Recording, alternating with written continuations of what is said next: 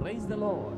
2 யோவான் 1ஆம் அதிகாரம் 8ஆம் வசனம் சொல்லுகிறது, உங்கள் செய்கைகளின் பலனை இழந்து போகாமல் பூரண பலனை பெறும்படிக்கு எச்சரிக்கையாயிருங்கள். இங்கே யோவான் நிருபத்தில் எழுதும் பொழுது 2 பலனை சொல்லுகிறார். ஒன்று செய்கைகளின் பலன், மற்றொன்று பூரண பலன். புது உடன்படிக்கை என்பது விசுவாசத்தில் மட்டும் இருப்பதல்ல, விசுவாசத்திலே கிரியை செய்ய அழைக்கப்படுகிறோம். புது உடன்படிக்கையின் ஆசீர்வாதத்தை இங்கே நாம் பார்க்கிறோம்.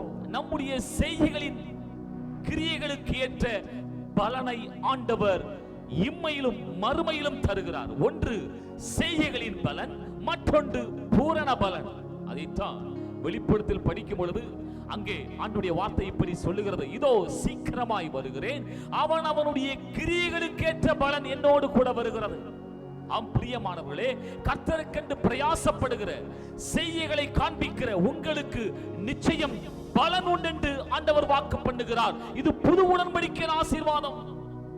கர்த்தருக்கென்று நாம் பிரயாசப்படுகிற எவைகளுக்கும் இந்த உலகத்திலே பலன் உண்டு.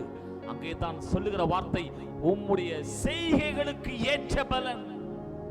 அந்த நாளிலே தேவனுக்கென்று பிரயாசப்பட்டு ஊழியம் செய்து கொண்டிருக்கிற தேவனுடைய ஊழியர்களே, தேவனுடைய சித்தத்தின்படி செய்து கொண்டிருக்கிற தேவனுடைய ஜனமே, உன்னுடைய செய்கைகளுக்கு ஏற்ற பலனை தேவன் நிச்சயம் இந்த உலகத்திலேயே தருவார். அது மட்டுமல்ல, பூரண பலன் என்று ஒன்று உண்டு.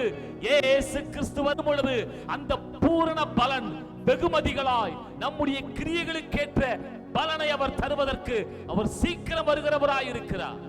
இது புது உடன்படிக்கையின் ஆசீர்வாதம். இந்த வார்த்தையை நம்புவோம். இந்த வார்த்தையின்படி கர்த்தர் நம்மை ஆசீர்வதிப்பாராக. ஆமென்.